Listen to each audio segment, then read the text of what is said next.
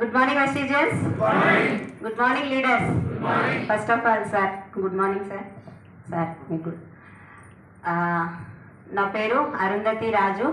నేను before Vestige ఒక house wife నండి. నేను ఈ బిజినెస్కి దాదాపు అందరు తెలిసిందే కాబట్టి మళ్ళీ చెప్పను.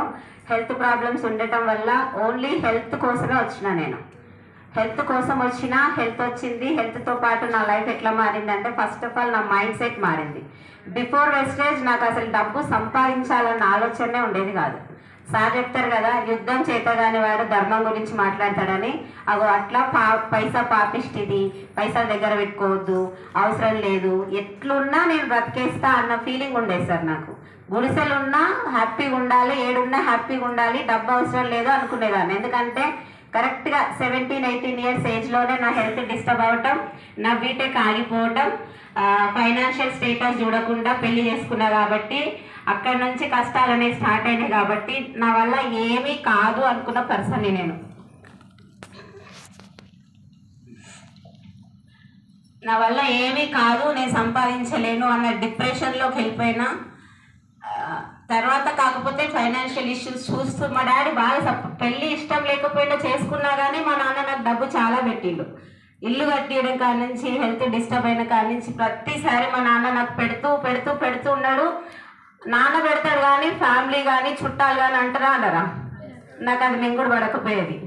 ఎందుకంటే మనకంటే ఏదన్నా ఉండాలి. నాకు 2 పిల్లలు ఉన్నారు కదా, ఇప్పుడన్నా నేను నా పిల్లలకి ఏదన్నా ఇవ్వాలి. అది కూడా మా నాన్ననే ఇస్తే నాకు అసలు ఎందుకు నా బ్రతుకు అన్న ఫీలింగ్లో ఉన్న టైంలో నాకు ఎంఎస్ఆర్ మన సైదుల్ సార్, సత్యం సార్ పరిచయం చేసినప్పుడు కూడా ఇంకా అప్పటికి ఆ మైండ్ సెట్ చేంజ్ అవ్వలేదు.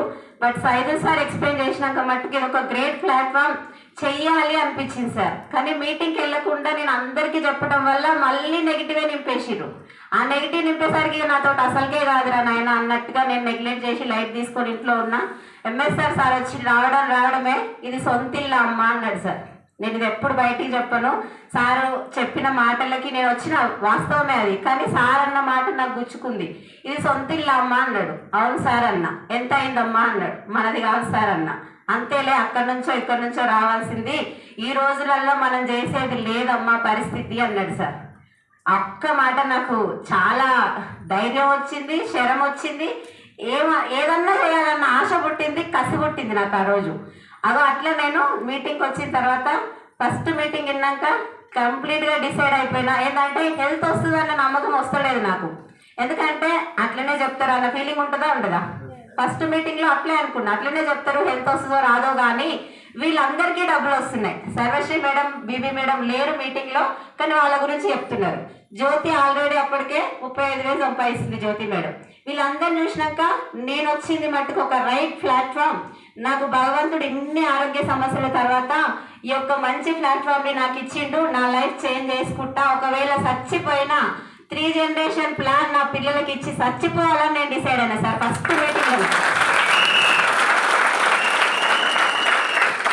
నాకు తెలియదు, కాకపోతే క్రౌన్ డైరెక్టర్ అయితే 3 జనరేషన్ ప్లాన్ వస్తుంది అనుకుంటా. 6 లీడర్లు రావాలని అర్థం కాదు కదా అప్పుడు.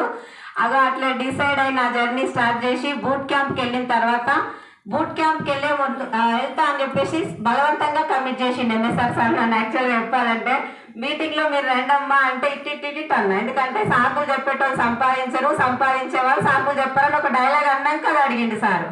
నేను ఏది చెప్పినా సార్ అవుతుందా కాదా? నేను డిసైడ్ అయినా సంపాదించాలని కాబట్టి అట్లా అనేసరికి పోదామని డిసైడ్ అయినా. బుక్ చేసుకున్నా. మా సార్ ఒమిక్రాన్ పాజిటివ్ వచ్చింది. పోనిస్తారా? పోనీయరు. కానీ మా సార్ రివర్స్ పొమ్మని చెప్పిండు. ఎందుకంటే హెల్త్ కోసం నేను వచ్చినా కాబట్టి ఇదేందో తెలుసుకోవాలి, ఫస్ట్ నేను సప్లిమెంట్ వాడాలనేది మా సార్ ఉద్దేశం. కాబట్టి నువ్వు వెళ్ళు అని చెప్పేసి అంటే నేను కూడా సేమ్ సర్వశ్రీ మేడం చెప్పినట్టు ఎప్పుడు హస్బెండ్ని పిల్లల్ని ఇచ్చిపెట్టి నేను మా అమ్మగారింటికి కూడా పోలేదు. డ్రాప్ చేస్తేనే పోతా. మా నాన్న తీసుకపోతే మా హస్బెండ్ తీసుకపోతేనే. ఎందుకంటే నా కండిషన్ కూడా అటువంటిది కాబట్టి నన్ను సింగిల్గా పంపరు. అగో అట్లాంటి వ్యక్తిని నేను బూట్ క్యాంప్కి ఏడ్చుకుంటా పోయినా. నేను మధ్యలో వెనక స్లీపింగ్ పిల్ వేసుకున్నా, ఆ బస్సులో వండుకున్నా అనుకోండి. కాకపోతే మేల్కున్నంతసేపు ఏడ్చుకుంటా ఎందుకు పోతున్నా, ఏం బిజినెస్ ఇది, ఏం చేస్తున్నా, చాలా రకాల ఆలోచనలు ఉండయా. అప్పటికి 15 రోజులే అయింది నేను మీటింగ్కి వెళ్ళి. ఒక 15 రోజులలో అంత దూరం వెళ్ళటం అవసరమా అన్న ఫీలింగ్ తోటి వెళ్ళినా. బట్ అక్కడ సుబ్బయ్య సార్ చెప్పిన మాటలు విన్న తర్వాతకి 1,68,00,000 పర్ మంత్ ఇన్కమ్ వెస్టీజ్లో ఉంది అనేసరికి అప్పటికి ఇంకా నాకు ఒక రేంజ్లో డిసైడ్ అయినా సార్ నేను నాకు ఒక వజ్రం కాదు ఇంకా దానికంటే పెద్దది ఏదైనా విలువైనది ఉంటే అంత పెద్ద ఆపర్చునిటీ దొరికింది అని నేను స్ట్రాంగ్గా బిలీవ్ చేసి ఇంటికి వచ్చిన వెంటనే సప్లిమెంట్ స్టార్ట్ చేసిన రిజల్ట్ వచ్చింది. 2 ఉన్నాయన్న విషయం అర్థమైంది కాబట్టి ఇంకా పోరాటం ఆపలేదు. నా ఫస్ట్ ఇన్కమ్ 9,000 అంటే ఫస్ట్ 1,151 రూపాయలు వచ్చింది. తర్వాత 9,000 డైరెక్టర్ అయిన మంత్, తర్వాత లాస్ట్ మంత్ ఇన్కమ్ 2,46,715 రూపాయలు.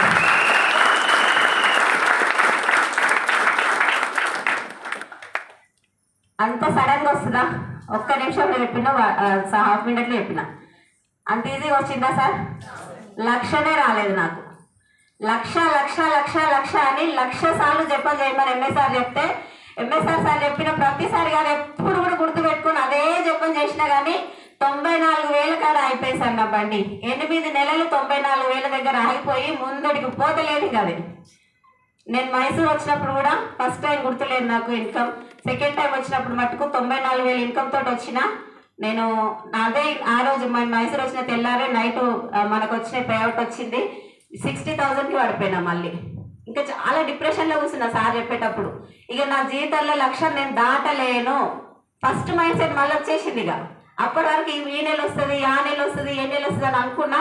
బట్ ఆ రోజు సార్ మైండ్ సెట్ క్లాస్ చెప్పక ముందుకి వచ్చిందో ముందే వచ్చింది తెలియదు కానీ నాకు రాదు అని నేను ఫిక్స్ అయిపోయి కూర్చున్నా.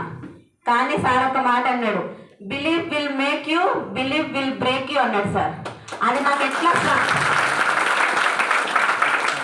నాకు ఇట్లా మైండ్లో పడిపోయింది అసలు. నిజంగా నాకే నమ్మకం లేనప్పుడు నాకు 1,00,000 ఎట్లా వస్తుంది అని అనుకున్న వెంటనే నెగిటివ్ మైండ్ ఉంటుంది కదా. ఎన్ని మీటింగ్లు అనుకోలేవు నువ్వు, ప్రతి నెల అట్లనే చెప్తున్నావు అని మైండ్ అంటదా అనదా? అన్నప్పుడు నేను ఏం సమాధానం చెప్పుకున్నా అంటే, నాకు రాకపోయినా సరే 1,00,000 నా కింద 1,00,000 ఇప్పిస్తే నాకు వస్తుందా రాదా? నా కింద 1,00,000 ఇప్పిస్తా అంటే మైండ్ వెంబటే అంటదిగా, ఈ లైన్ అంటే పోతుంది, ఆ లైన్ అంటే పోతుంది, ఎట్లా పోతాయి, నీతో ఎట్లా అవుతుంది? 3,000 వస్తేనేమో డైమండ్ అయితే లేదు, డైమండ్ అయితేనేమో 3,000 వస్తలేదు. ఈ 2 నీకు పాసిబుల్ కావు అని చెప్తుంది మైండ్. కాబట్టి నా మైండ్ నేనేమో చెప్పుకున్నా అంటే, నేను సమాధానం ఏం చెప్పుకున్నా అంటే, నా కిందోళ్ళకి ఇప్పిస్తే 1,00,000, ఆ కిందోళ్ళకి 1,00,000 ఇప్పించిన ఆ హ్యాపీనెస్ తోటన్నా నేను ముందుకు వెళ్తా అని అట్లా మెంటల్గా డిసైడ్ అయ్యి వెళ్ళా సార్. ఎప్పుడు ఆలోచన వచ్చినా belief will make you, belief will break you.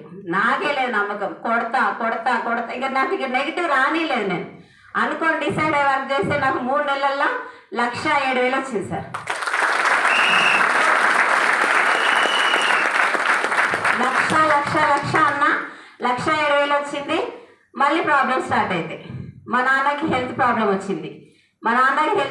వచ్చిన తర్వాత ఆ రోజు ఎంఎస్ఆర్ అసోసియేషన్ కానీ, మన టీం కానీ, సైదుల్ సార్ కానీ, first of all Sarvashri madam ఒక్కదానికే నేను నా ప్రాబ్లం షేర్ చేసిన.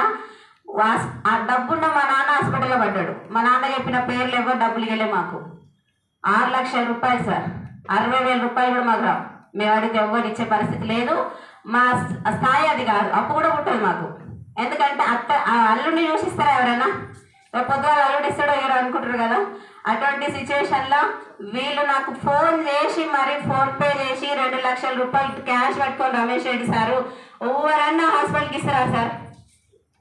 అప్పటి వరకు ఏమనుకున్నా అంటే సావో రేవో వెస్టీజ్లో అని అనుకున్నా. బట్ ఆ మూమెంట్లో మట్టుకు అనుకున్నా, నిజంగా వెస్టీజ్ అంటే ప్రాణం పోయే లాస్ట్ క్షణంలో కూడా నేను వెస్టీజ్ కోసమే పనిచేసి చచ్చిపోవాలని డిసైడ్ అయ్యాను.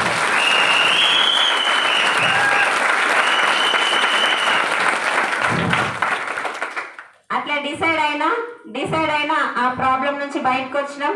కేవలం వెస్టీజ్ ఫ్యామిలీ సార్. నేను ఏమి ఇచ్చినా వెస్టీజ్ రుణం తీర్చుకోలేను. ఎందుకంటే నేను బతుకుడే గొప్ప. అందరు తెలుసు కదా, 29 టాబ్లెట్లు, స్లీపింగ్ పిల్లు నా స్టేజ్. నేను బతుకుడే గొప్ప అనుకున్నా. మా నాన్నకు నేను రూపాయి ఇవ్వాల్సిన అవసరం లేదు, మా నాన్న దగ్గర మస్తు పైసలు ఉన్నాయి అనుకున్నా. కానీ మా నాన్న కాకపోతే వస్తే నేను నిలబడతాను, నేను ఒక్కరోజు కూడా ఊహలో కూడా అనుకోలేదు. అట్లా డిసైడ్ అయినా నెక్స్ట్ మంత్ మా అమ్మకి పెరాలసిస్ వచ్చింది. 6,00,000 రూపాయలు అప్పు తెచ్చినాం. హార్ట్ పేషెంట్ ఇంట్లో ఉన్నాడు. ఎగ్జాక్ట్గా నెక్స్ట్ మంత్ 13th మా అమ్మకి పెరాలసిస్ వచ్చింది. ఆడ ఇమ్మీడియట్గా 1,00,000 రూపాయలు కట్టమన్నారు సార్. 13th మా అమ్మ పెరాలసిస్ వచ్చింది. 10th పేఅవుట్స్ వచ్చినాయి. నాకు 1,07,000 నుంచి నేను ఇంట్లో కూర్చున్నా. 1,32,000 నాకు వచ్చింది, మా సిస్టర్కి 50,000 చేంజ్ వచ్చింది. ఆ డబ్బులు ఉన్నాయి కాబట్టి మా అక్క డబ్బులు పక్కన పెట్టి 4 లక్షల రూపాయలు మా అమ్మకి అక్కడ అమౌంట్ కట్టి మా అమ్మకి ట్రీట్మెంట్ చేసినాం. ఆ రోజు వెస్టీజ్ లేకపోతే మా అమ్మకు కూడా మేము ట్రీట్మెంట్ చేయించలేకపోయేటోళ్ళం. అది ఆడ డబ్బులు కట్టిన క్షణమే చెప్పి రాలేదు కదా ఆపతి గట్కేసారి నేను మీటింగ్ పెట్టినా, మా అమ్మ పెరాలసిస్ వచ్చి అడ్మిట్ అయింది. మా అమ్మని అడ్మిట్ చేసిన మనిషిని వదిలేసి గట్కేసార్లో మీటింగ్ చేసిన. అంతకుముందు గింత ఏదైనా ప్రాబ్లం అయిందంటే వారం రోజులు ఏడ్చే మనిషిని సార్ నేను. మా అమ్మని ఐసీలో పెట్టి నేను మీటింగ్ చేసిన అంటే గర్వం కాదు, నా మైండ్ సెట్ అంతా చేంజ్ చేసి ప్రెసిడెంట్ మీటింగ్లో చెప్పినా, మా అమ్మకి ఇట్లా ఉంది అని చెప్పినా, కార్ తీస్తాను తీయను అని చెప్పినా, ఏడ్చినా కానీ మీటింగ్ అయితే ఇంత డిస్టర్బెన్స్ లేకుండా చేసిన అంటే నిజంగా ఇంత మారిందా నా మైండ్ సెట్, నాకు ఇంత ధైర్యం వచ్చిందా అని నాకే విచిత్రంగా అనిపించింది. మా ఫ్యామిలీ అందరు అసలు షాక్లు ఉన్నారు, నువ్వేనా అని. అట్లా కష్టపడితే సార్ మళ్ళీ మైసూర్కి వచ్చినాం కదా, మైసూర్లో పడిపోయింది చెక్కు. పడిపోయిన తర్వాత అప్పటికి నాకు 94,000 అప్పుడే నేను 2.5 లక్షలు చెప్పిపోయాను. ఇక్కడ 2.5 లక్షలు చెప్పిపోయినా కాబట్టి ఒక 4,000 తక్కువ వచ్చింది సార్. 2,46,000 తీసుకున్నా సార్. కేవలం మైండ్ సెటే చేంజ్ చేసుకున్నా. ఇంకేంటంటే నా తోటి కాదు అనేది నేను ఆలోచిస్తలేను. కొంచెం గిల్టీగా అనిపిస్తుంది, ఎందుకంటే నేను డిసెంబర్కే చెప్పినా, నాకు వచ్చింది ఏప్రిల్లో. లేట్ అయింది బట్ వచ్చిందా రాలేదా? నెక్స్ట్ గోల్ అనేది మట్టుకు అట్లా కావద్దు అని డిసైడ్ అయినా సార్. ఆగస్టు చెక్కు సెప్టెంబర్ 10వ తారీఖున ఖచ్చితంగా 5 లక్షలు తీసుకుంటా.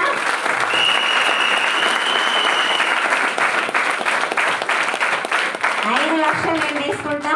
డిసెంబర్ కల్లా 15 మందికి, ఆల్రెడీ 4 తీసుకుంటున్నారు, 15 మందికి 1,00,000 పైన ఇప్పిస్తా. 30 కార్లు నా టీంలో ఇప్పించాలనేదే నా గోల్.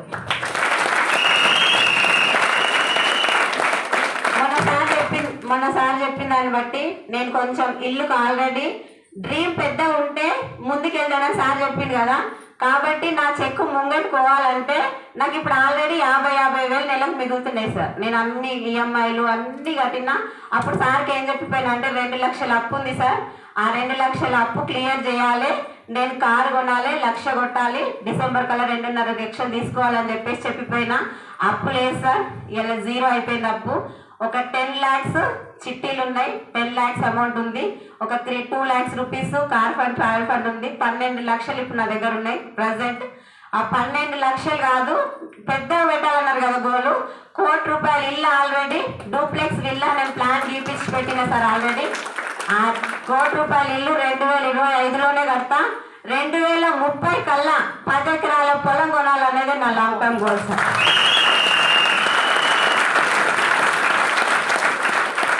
ఇల్లు రాంబాబు సార్ని పిలిచి మరి ప్లాన్ గీపించి అడిగినాము. అంటే డాడీ ఆ ఇల్లు కంప్లీట్గా మా డాడీ సార్, 1 రూపీ కూడా మాది లేదు. కాకపోతే అక్కడే ప్లేస్ కొంచెం వేరే డ్రీమ్ ఉంది, కానీ అది నాన్న సెంటిమెంట్ కోసం నేను ఫస్ట్ ఆ ఇల్లే డూప్లెక్స్ పైన కట్టాలి. ఎందుకంటే అది కట్టిన తర్వాత వీళ్ళు కట్టలేరు, అర్హత లేని వాళ్ళకి ఎక్కువ ఇస్తున్నావు అల్లుడవుతాడా ఎన్నో అంటారా అన్నరా. అగో ఆ మైండ్ సెట్ తీసేయాలి. మా హస్బెండ్ నా కష్టమైన మా హస్బెండ్ కష్టమైన ఒకటే కదా, అట్లా డూప్లెక్స్ పైన కట్టాలి, ₹1,00,00,000 పెట్టి కట్టాలని మొన్న సార్ చెప్పగానే డిసైడ్ అయినా. నేను ఆల్రెడీ ప్లాన్ అనేది కలర్ జిరాక్స్ ఇప్పించి అతికేస్తా అని చెప్పిన సార్ బెడ్రూమ్లో. మా సార్ అన్నాడు ₹1,00,00,000 కానిపని అలా వెంటకు అందరు చూసి నవ్వుతారు అని చెప్పారు. కానీ ఇంటికి పోయినమ్మంటే ఫస్ట్ దాన్ని అతికిస్తాం, దాన్ని అతికించి ఆ డూప్లెక్స్ ఏమీ చేయలేని స్థాయి నుంచి ఏదన్నా చేయగలను అన్న స్థాయికి తీసుకొచ్చింది మటు కేవలం వెస్టేజ్ అండ్ మన మహాగురువు సుబ్బయ్య సార్ గారు, మన ఎంఎస్ఆర్ సార్, మా సైదుల్ సారు. ఎందుకంటే ప్రతి క్షణం సార్ నెగిటివ్ ఆలోచించమా, అటువంటిప్పుడు ఒక మెంటర్ కావాలన్నారు కదా సైదుల్ సార్. కొట్టినా తిట్టినా ఏమన్నా సార్ మాట వేదం సార్. నేనైతే ఏది చెప్తే అది చేస్తా, వెళ్ళిపోతే కూడా వెళ్ళిపోతుంది సార్. నేను ఒక మీటింగ్కి వెళ్ళిపోయినా కూడా అవి అంత స్ట్రాంగ్గా డిసైడ్ అయ్యి. ఎందుకంటే మనల్ని ఒక శిల్పం ఎక్కాలంటే శిల్పి కావాలి కదా, ఈ బిజినెస్లో కూడా ఒక పర్సన్ అనే టైం ఉండాలి అనేది నేను స్ట్రాంగ్గా బిలీవ్ చేసిన. కాబట్టి కంప్లీట్గా నేను సైదుల్ సార్కి సరెండర్ అయిపోయినా. నా డ్రీమ్స్ కానీ గోల్స్ కానీ ఈరోజు నా ఫ్యామిలీని స్థాయికి తీసుకొచ్చిన. నా టీం కానీ నా అప్లైన్స్ కానీ గురువు గారు కానీ నేను ఏమి ఇచ్చినా నా ఫ్యామిలీ మొత్తం సార్, మా ఫ్యామిలీ మొత్తం ఏమి ఇచ్చినా తీర్చుకోలేని రుణం. Thank you so much sir మీ అందరికీ. Thank you. God bless you. Patient to entrepreneur.